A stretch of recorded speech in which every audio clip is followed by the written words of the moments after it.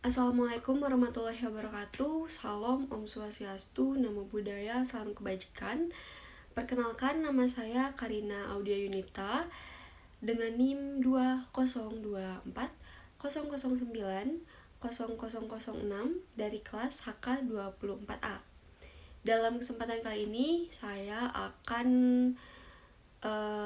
memaparkan hasil analisis saya terkait sebuah kasus yang memilukan dan memang sedang jadi perbincangan di kalangan masyarakat akhir-akhir ini, yaitu kasus pelecehan seksual yang dilakukan oleh seorang mahasiswa hukum terhadap 13 orang anak pelajar laki-laki di Ciamis.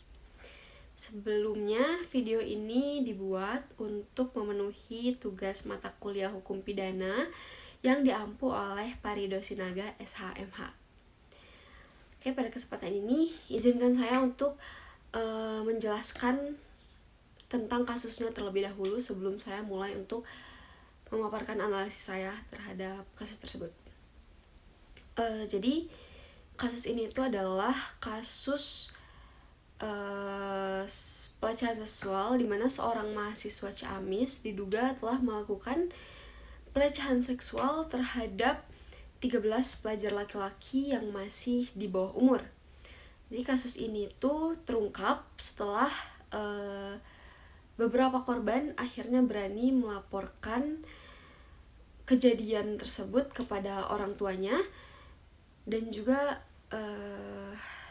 menurut keterangan yang ada, pelaku memanfaatkan posisinya sebagai mahasiswa yang dihormati untuk mendekati para korban, membangun kepercayaan, dan kemudian melakukan tindak pelecehan. Jadi kejadian ini tuh berlangsung dalam kurun waktu yang cukup lama, kalau tidak salah sekitar akhir 2023 hingga Mei 2025 ini baru terungkap.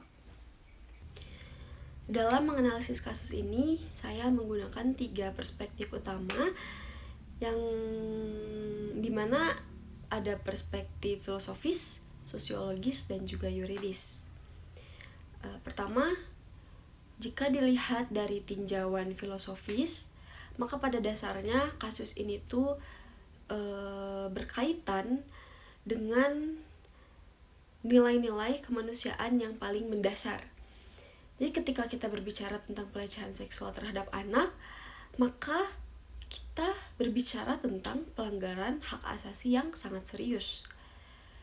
Bahkan seorang filsuf terkenal, Immanuel Kant, pernah mengatakan bahwa manusia harus diperlakukan sebagai tujuan dan bukan hanya sebagai alat. Dan dalam kasus ini, pelaku telah memperlakukan anak-anak semata-mata sebagai alat pemuas hasratnya saja. Dan pelaku itu mengabaikan hak dan martabat mereka sebagai manusia. Dan yang menarik untuk dipertanyakan itu adalah apakah posisi pelaku sebagai mahasiswa yang seharusnya lebih terdidik dan lebih dewasa memberinya tanggung jawab moral yang lebih besar. Menurut seorang filsuf bernama Hans Jonas, maka jawabannya adalah ya. Hans Jonas ini mengembangkan teori etika tanggung jawab yang mengajarkan bahwa semakin besar kekuasaan seseorang, maka semakin besar pula tanggung jawab moralnya. Jadi jika di dalam kasus ini, maka mahasiswa sebagai sosok yang dipandang memiliki pengetahuan lebih dan memang lebih terdidik, mestinya ia berperan sebagai pelindung dan bukan predator terhadap anak tersebut. Kasus ini juga memunculkan pertanyaan tentang keadilan, yang dimana pertanyaan tersebut, apakah keadilan itu hanya tentang hukuman berat atau juga tentang pemulihan korban dan rehabilitas pelaku gitu. Jadi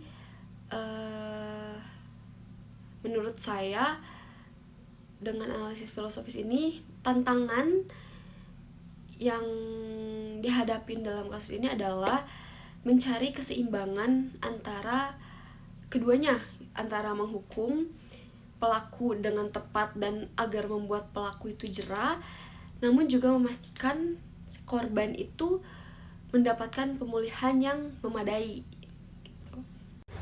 Lalu jika dari sudut pandang sosiologis, maka kasus ini tuh mencerminkan beberapa masalah dalam struktur masyarakat kita.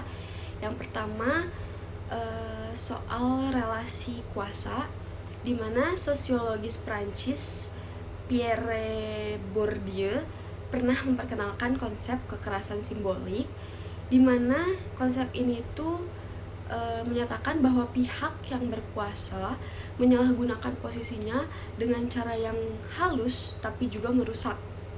Nah, status mahasiswa itu kan seringkali dilihat sebagai sosok yang terpercaya dan berpendidikan. Namun sayangnya dalam kasus ini, sang mahasiswa itu menyalahgunakan statusnya untuk mendekati dan juga mengeksploitasi korban. Lalu yang kedua, kasus ini tuh menunjukkan kelemahan dalam sistem perlindungan anak di Indonesia, karena memunculkan banyak pertanyaan, kenapa bisa sampai 13 korban, di mana sistem pengawasan dan pencegahannya, dan juga fakta bahwa kejadian ini itu bisa berlangsung lama dan terhadap begitu banyak korban, yang menunjukkan adanya titik buta dalam sistem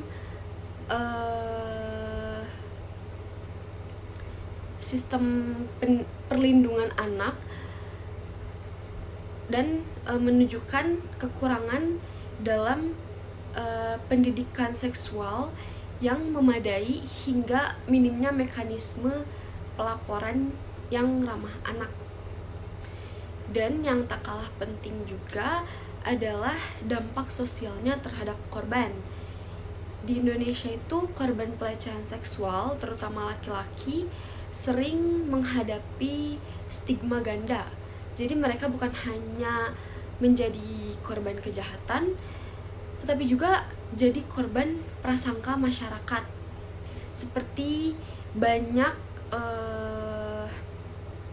korban laki-laki yang takut bahwa dirinya itu takut dianggap sebagai kurang jantan atau bahkan disalahkan pula. Jadi ini tuh bisa menyebabkan trauma yang berkepanjangan dan mengubah pola interaksi sosial mereka di masa depan juga. Lalu jika membahas dari aspek yuridis, maka kasus ini jelas melanggar beberapa ketentuan. Yang pertama, Undang-Undang Perlindungan Anak, yaitu Undang-Undang Nomor 17 tahun 2016 pada pasal 82, di mana undang-undang ini, pasal ini mengatur tentang larangan perbuatan cabul terhadap anak dengan ancaman hukuman 5 sampai 15 tahun penjara dan denda sampai 5 miliar rupiah. Lalu yang kedua, pelaku juga terancam undang-undang tindak pidana kekerasan seksual, yaitu Undang-Undang Nomor 12 tahun 2022, khususnya pasal 6 huruf C tentang kekerasan seksual berbasis relasi kuasa. Ancaman hukumannya itu adalah penjara hingga 12 tahun dan denda maksimal 300 juta rupiah. Dan dalam proses pengadilannya nanti, pemeriksaan terhadap korban itu harus dilakukan dengan cara yang tidak menimbulkan trauma baru. Jadi mereka berhak mendapat pendampingan dari psikolog anak dan identitas mereka itu harus dilindungi. Ini diatur dalam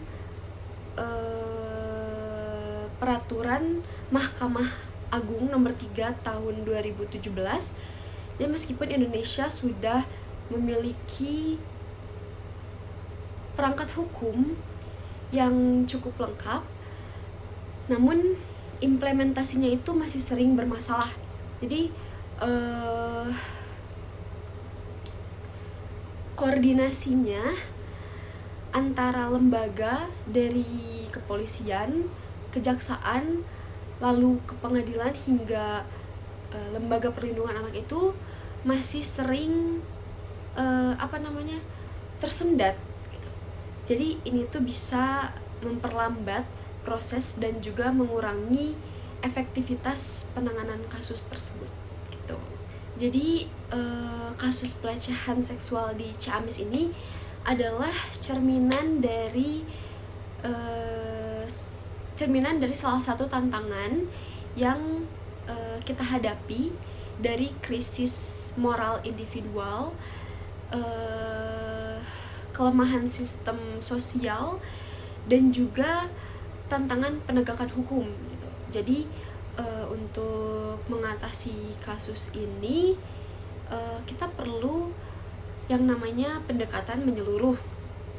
Jadi tidak hanya menghukum sang pelaku, tetapi juga memperbaiki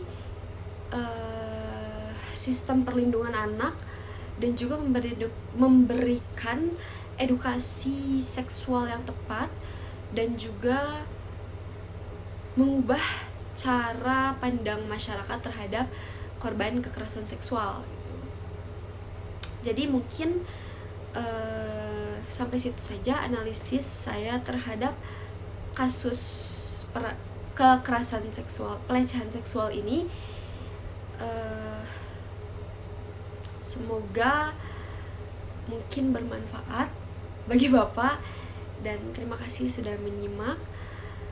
Wassalamualaikum warahmatullahi wabarakatuh.